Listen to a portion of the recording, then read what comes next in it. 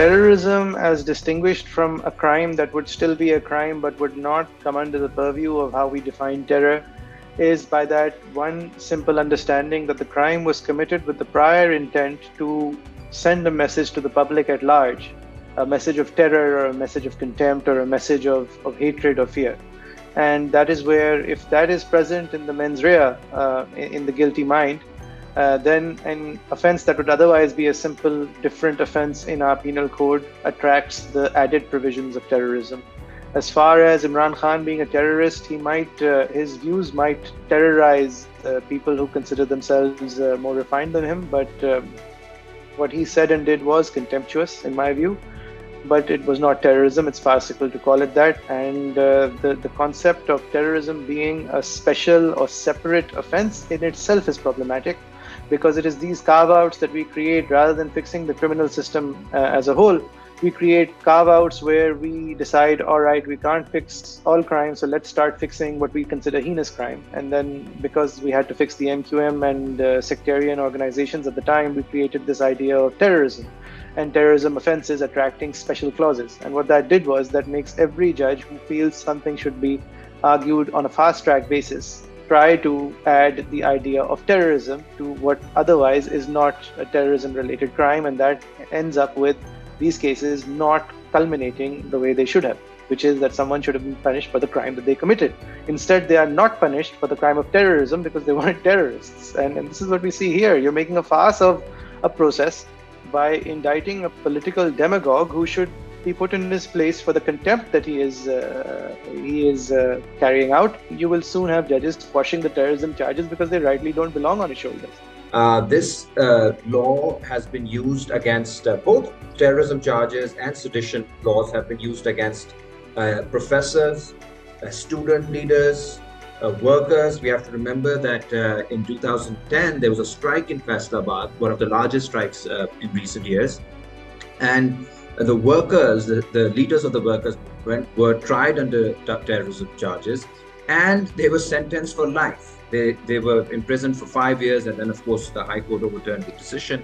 So these are laws that have been used against people who are fighting for issues that are very common in any kind of a democratic society: the right to unionize, the right to a fair wage, the right to land, the right to free education, the right to unionize. So I think it's a real slippery slope when we start using these very dangerous and, I would say, archaic laws within a calculus of petty power politics. I think we are caught in this cycle of hate and stupidity.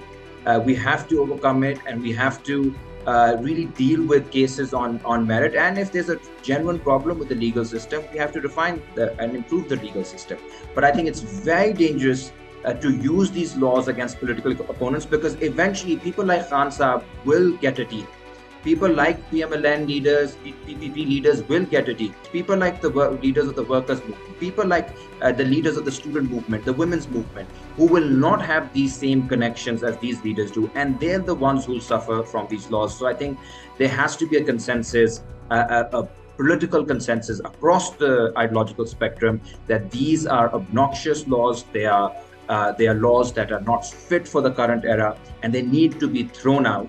And there has to be a level playing field for politicians. And if anybody breaks the law, they should be tried under law rather than be victimized. This is actually a colonial law. It was used against people like Bhagat Singh, people like Maulana Abdul Kalam Azad, Muhammad Ali Jan, Gandhi, Nehru.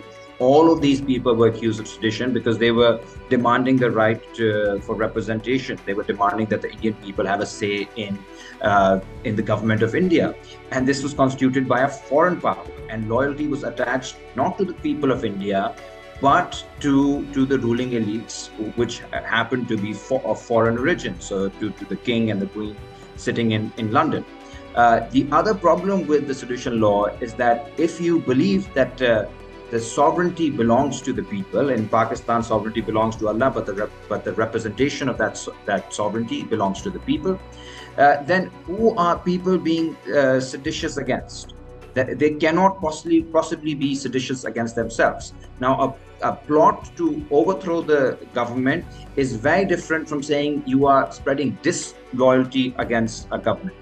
People have every right to be disloyal or to a government. I mean, because the people are the sovereign, not the government. This is a very important point. This became the basis for removing the sedition law in a number of countries, including, as Ashid Sharif rightly points out, in England very recently. It had not been used for decades in England either, but was finally formally removed in 2009.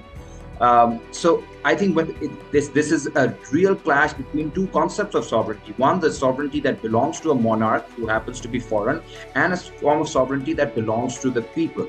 And the sedition law clearly elevates the former over the latter. A few years ago, those on the side of PTI were calling everybody traitors and using sedition laws. Now it's the PDM.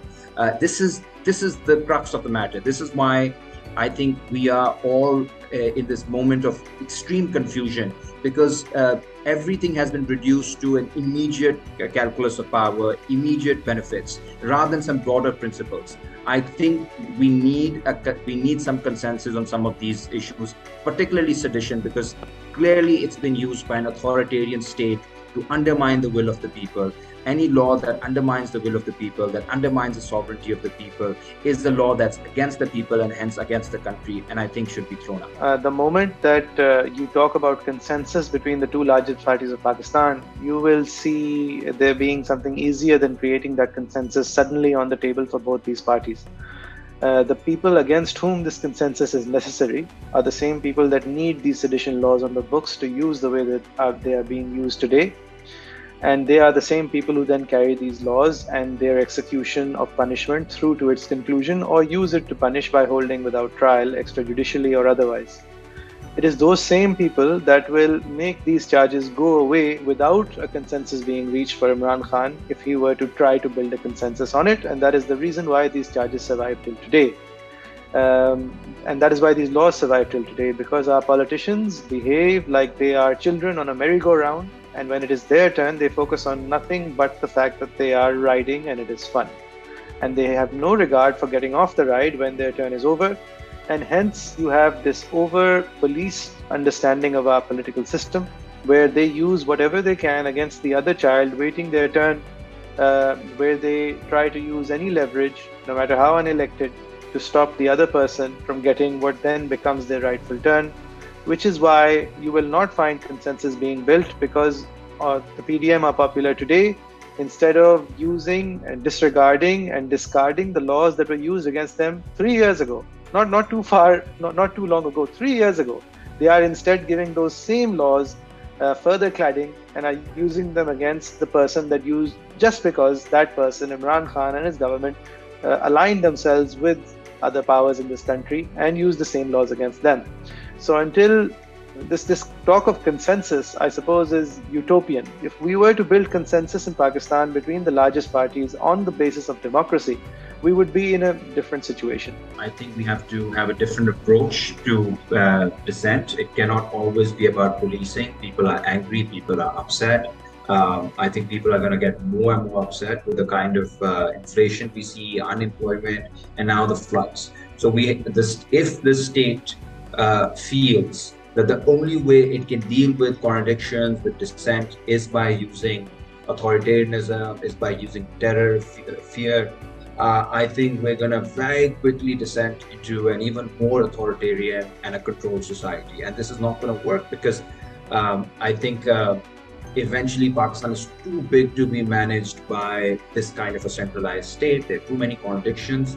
We have to allow people to speak out. We have to listen to people, and we have to improve ourselves. The state has to deliver.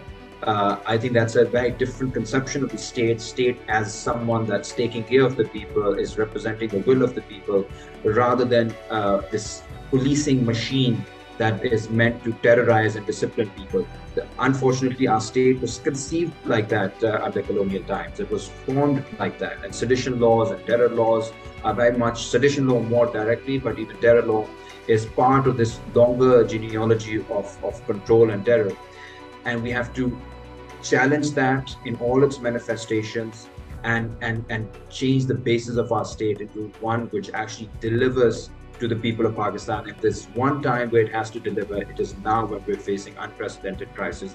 We cannot afford these petty fights. We cannot afford these petty distractions. We need unity. We need to move forward together, and we need to resolve this huge challenge we have of providing relief and rehabilitation for millions of people who've been affected. I think this would be a spectacular abdication of responsibility if our leaders are more interested at this critical time in attacking each other over petty statements or putting petty cases against each other, rather than catering to the human catastrophe that we're seeing unfold in Pakistan right now.